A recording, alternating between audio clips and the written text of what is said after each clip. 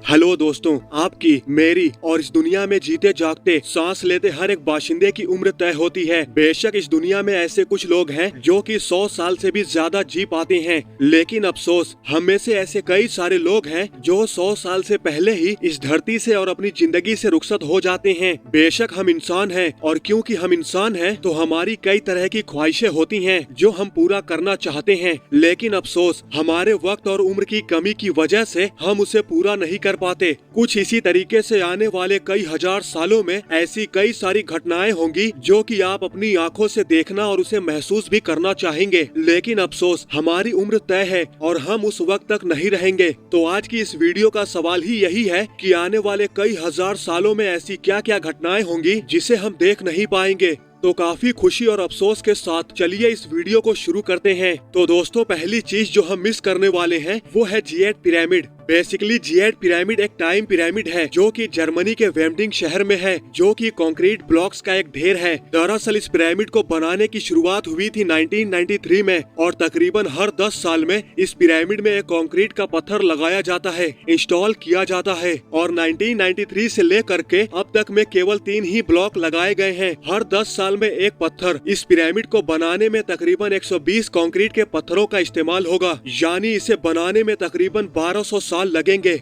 इस रफ्तार से ये पिरामिड साल 3183 में कंप्लीट होगा और इस पिरामिड में आखिरी पत्थर लगाएंगे हमारे पोते के पोते के पोते के डैश डैश डैश, मतलब हमारी आने वाली कई पीढ़ी बीत जाएंगी जो इस पत्थर को लगाएंगे। लेकिन दोस्तों, हमारे बाद की आने वाली पीढ़ी भी द चेरनोबिल एक्सक्लूजन जोन में नहीं रह पाएगी, जहां पर 1996 में हुए दुर्घटना के बाद भी रेडियो एक्टिव कॉन्टिमिनेशन बहुत ज्यादा है, जहां पर लोग चाह कर भी बच नहीं सकते। दरअसल चेरनोबिल में 1986 में एक न्यूक्लियर पावर प्लांट में एक विस्फोट हुआ, जिसकी वजह से 30 किलोमीटर के एरिया में पूरी तरह से जानलेवा रेडिएशन फैला हुआ है। वहाँ के जितने भी बाशिंदे थे मजबूरन उन्हें अपनी जगह को छोड़कर जाना पड़ा और तब से वो 30 किलोमीटर का एरिया जो कि उस न्यूक्लियर पावर प्लांट के चारों ओर फैला हुआ है बिना इंसानों के खंडहर में तब्दील हो चुका है। उस जगह में आज भी इतना ज्यादा रेडिएशन है कि आज भी वहाँ पर कोई इंसान नहीं रह सकता और यहाँ तक कि हमारी आने वाली कई सारी पीढ़ी भी वहाँ पर नहीं बस पाएंगी, क्योंकि तब भी वहाँ का रेडिएशन बहुत ज्यादा होगा। यहाँ तक कि साल 5000 या फिर 10,000 साल तक भी वहाँ पर कोई एक इंसान भी नहीं बच सकेगा और तकरीबन 20 से 22,000 साल में जाकर वहाँ का रेडिएशन शायद खत्म होगा और तब जाकर वो 30 किलोमीटर का एरिया, वो स्थान सुरक्षित होगा, रहने लायक होगा और शायद हम इंसानी प्रजाति के जीवन काल में या फिर पक्के तौर पे आने वाले कुछ हजार सालों में या फिर 1 लाख सालों में हमारे सूरज से कई गुना बड़े सितारे जैसे कि बीटलजूस और एटा कोराइना जैसे सितारे जो हैं वो निहायती खूबसूरत सुपरनोवा में एक्सप्लोड हो करके खत्म हो जाएंगे, जो कि हमारी धरती से बड़े ही आराम से दिखेंगे। और सच कहूँ तो दोस्तों, मुझे काफी अफसोस हो रहा है कि मैं इस घटना को अपनी आंखों से नहीं देख पाऊंगा, क्योंकि वो वक्त ही कुछ ऐसा होगा जब मैं उसे देखने के लिए जिंदा नहीं रहूंगा और वो वक्त ऐसा होगा जिसमें कई सालों तक ऐसा लगेगा कि हमारे धरती के 2 सूरज हैं। भले ही वो सुपरनोवा एक्सप्लोजन हमारी धरती से कई लाइट ईयर की दूरी पर होगा, लेकिन फिर भी वो रात में हमारे पूरे चांद से भी ज्यादा रोशन होगा। वो रोशनी इतनी ज्यादा तेज होगी कि वो हमारे रात के आसमान को भी उजाले से भर देगी और वो सुपरनोवा एक्सप्लोजन सूरज की रोशनी में भी हमें नजर आएगा। लेकिन दोस्तों, जो असली स्काई शो है वो तकरीबन 370 करोड़ साल बाद आएगा। अब इस बात को सुनो और समझो, हमारी जो आकाश गंगा है वो चारों ओर से सितारों से भरी पड़ी है और जब भी हम जमीन से आसमान की ओर देखते हैं, खास तौर पर रात में, तो ऐसा लगता है कि जैसे दूध के छोटे छोटे बूंद पूरे आसमान में हर तरफ फैले हुए हैं। तभी तो हम अंग्रेजी में अपनी आकाश गंगा को कहते हैं द मिल्की वे गैलेक्सी। लेकिन जब भी हम आसमान की तरफ देखते हैं और जितने भी सितारे हमें नजर आते हैं वो सारे के सारे सितारे हमारी मिल्की वे गैलेक्सी के अंदर ही होते हैं। लेकिन वहीं आकाश में एक धुंधली सी तिरछे आकार की कोई चीज है और ये चीज कोई सितारा नहीं है, हमारी मिल्की वे गैलेक्सी का कोई गैलेक्टिक क्लाउड नहीं है, बल्कि एक दूसरी ही आकाश गंगा है, यानी कि गैलेक्सी है। इस गैलेक्सी का नाम है एंड्रोमेडा गैलेक्सी और ये हमारी धरती से 25 लाख लाइट ईयर की दूरी पे है। और इस एंड्रोमेडा गैलेक्सी में हमारी मिल्की वे गैलेक्सी के मुकाबले 2 गुना सितारे हैं और ये एंड्रोमेडा गैलेक्सी तकरीबन 110 किलोमीटर पर सेकंड की स्पीड से हमारी तरफ बढ़ रही है, जो कि एक गोली की रफ्तार से भी कई गुना ज्यादा है। और वो क्या है ना कि अभी के वक्त में आसमान कुछ इस तरीके से नजर आता है और तकरीबन 200 करोड़ सालों में एंड्रोमेडा हमारे इतने करीब आ जाएगी कि जब लोग आसमान की तरफ नजर उठाकर देखेंगे तो उन्हें ये दिखेगा। और तकरीबन 375 करोड़ साल बाद हमारा आसमान कुछ इस तरीके का दिखेगा। भले ही ये साइंस फिक्शन या फिर VFX या फिर हमारे कंप्यूटर और लैपटॉप की स्क्रीन में लगे वॉलपेपर की तरह नजर आ रहा है, लेकिन ये 375 करोड़ साल में हकीकत में होगा और तकरीबन 400 करोड़ सालों में आसमान कुछ इस तरीके से नजर आएगा, जो कि बेहद ही ज्यादा खूबसूरत भी है और काफी ज्यादा डरावना भी, क्योंकि तब एंड्रोमेडा गैलेक्सी हमारी मिल्की वे गैलेक्सी से टकराव कर चुकी होगी और तब पूरा का पूरा आसमान अलग अलग रंगों से चमकेगा, क्योंकि तब नए सितारों का जन्म हो रहा होगा। चारों तरफ आसमान का मिजाज कुछ और ही होगा, क्योंकि एंड्रोमेडा गैलेक्सी और हमारी मिल्की वे गैलेक्सी आपस में टकरा के कोलाइड हो करके आपस में मर्ज होके एक नई गैलेक्सी बनाएगी। अब ये जो सिमुलेशन आपके स्क्रीन में चल रहा है वो ये दिखा रहा है कि आखिर एंड्रोमेडा गैलेक्सी और मिल्की वे गैलेक्सी आपस में टकराएंगी तो कैसा दिखेगा।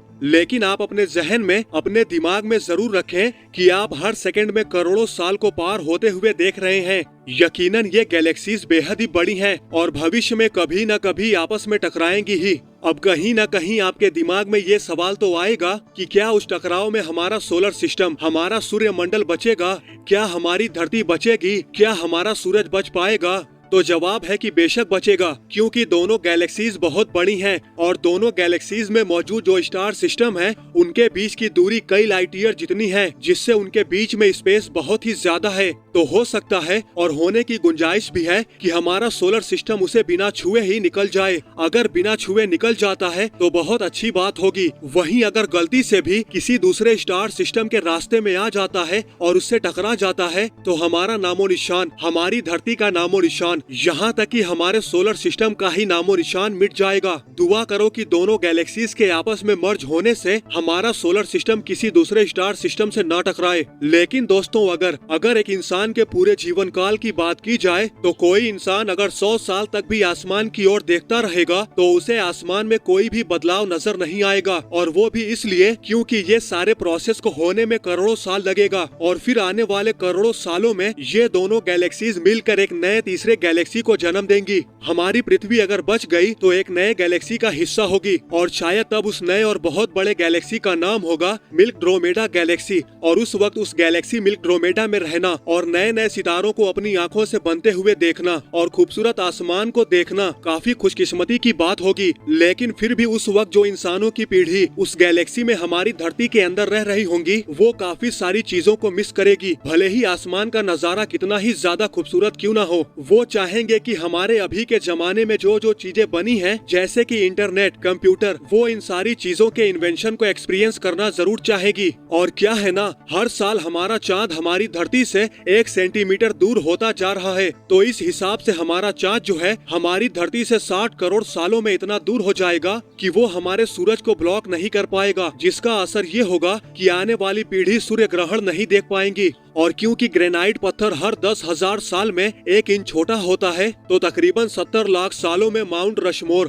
खास तौर पे जो उसमें नक्काशी करके चेहरे बनाए गए हैं, वो सभी धूल बन के झड़ जाएंगे, पूरी तरह से खत्म हो जाएंगे। और क्योंकि ये ग्रेनाइट पत्थर धूल में तब्दील हो करके अंतरिक्ष में फैल जाते हैं, तो आने वाले तकरीबन 10 करोड़ सालों में सैटर्न अपना एस्टेरॉयड रिंग खो देगा, क्योंकि ज्यादातर पत्थर ग्रेनाइट है। तो भविष्य की धरती में बचे हुए जीवन के पास देखने के लिए काफी सारे खूबसूरत और अद्भुत नजारे होंगे। एक नई गैलेक्सी होगी, कई सारे लाखों करोड़ों सितारे और नए ग्रह होंगे। लेकिन अफसोस, हमारी धरती के पास अपना चांद नहीं होगा, ना ही माउंट रशमोर होंगे और न ही होंगे आप और मैं, क्योंकि हमारा समय तो तय है। तो चलो दोस्तों, इसी के साथ हमारी आज की वीडियो खत्म होती है। उम्मीद करते हैं कि आपको ये वीडियो जरूर पसंद आई होगी। पसंद आई है तो लाइक करो, कमेंट करो और सब्सक्राइब तो जरूर करो। और कुछ कहना चाहते हो तो कमेंट सेक्शन तो जिंदाबाद है ही। तो आज के लिए बस इतना ही, मिलते हैं नेक्स्ट वीडियो में। जय हिंद।